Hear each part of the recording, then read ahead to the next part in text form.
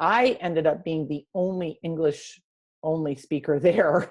I had to work with a translator, and there was primarily mothers that were there, and they all spoke Spanish, and we had a translator for me. And I came home from that after 2 or 3 hours.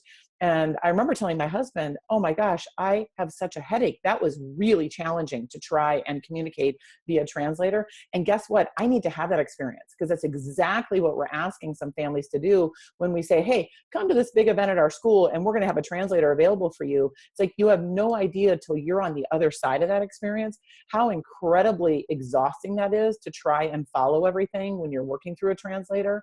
And I actually shared that with the women that was at the coffee. At one point, they were all talking in Spanish and they laughed about something. I said, oh my goodness, I don't have any idea what you're laughing about. You could be laughing about me.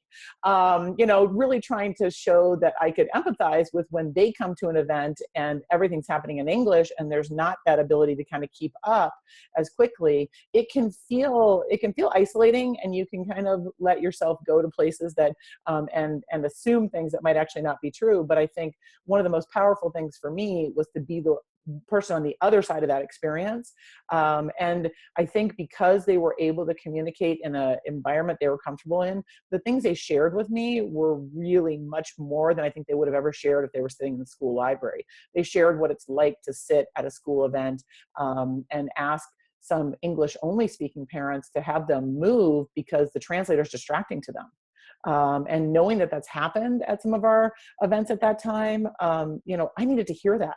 And being in an environment where, again, it's a more comfortable environment for them, that was really important, I think, to get them at that comfort level. And I know in terms of payoffs, I think one of the things that I really, that happened was there was a family that was having some issues with something that was going on at school. She actually also came out to one of these events. And then later I saw her actually at another school campus, at one of our high school campuses for something else.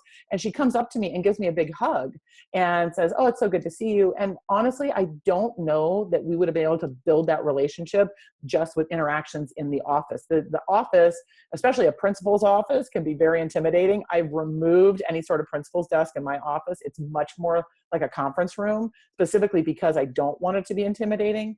But that goes for parents and for students. So you have to always be thinking about how's the environment shaping what people are comfortable telling you.